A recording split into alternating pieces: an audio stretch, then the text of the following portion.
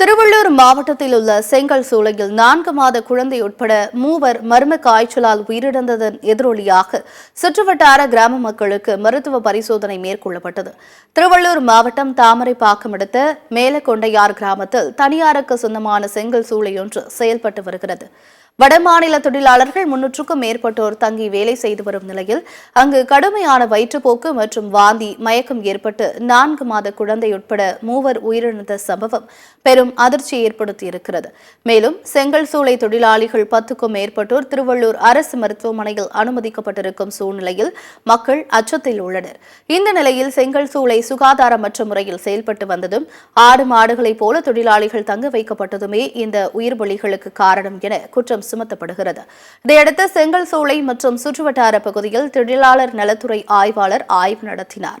மேலும் செங்கல் சூளை ஊழியர்கள் மற்றும் சுற்றியுள்ள கிராம மக்களுக்கு மருத்துவ குழுவினர் மருத்துவ பரிசோதனை மேற்கொண்டு வருகின்றனர். ஆதார் கார்டு, அவங்களோட மாவட்ட பேர், அவங்க பேர், ஹெல்த் பற்றிலாம் விசாரித்தாங்க. அப்போ யாராவது வந்திருந்தாங்கன்னா இருக்கிறவங்களோட அதை ஒரு சீட்டில் ஒன்று எழுதி கொடுக்க சொல்லியிருக்கிறாங்க. ஆளுங்கள்லாம் வந்து சின்ன தலைவலி ஜுரம்னா கூட சரி கவர்மெண்ட் ஹாஸ்பிட்டலில் போய் பார்க்க சொல்லியிருக்கிறாங்க. இந்த தனியாரில் போய் பார்க்க வேணாம், கவர்மெண்ட் ஹாஸ்பிட்டலில் போய் பாருங்கள். அதே மாதிரி யாராவது ப்ரெக்னெண்ட்டாக இருந்தாங்கன்னா உடனே எங்களுக்கு தெரிவிக்கப்படுத்தணும் அப்படின்னு சொல்லிட்டு ஃபோன் நம்பர் கொடுத்துட்டு போயிருக்காங்க.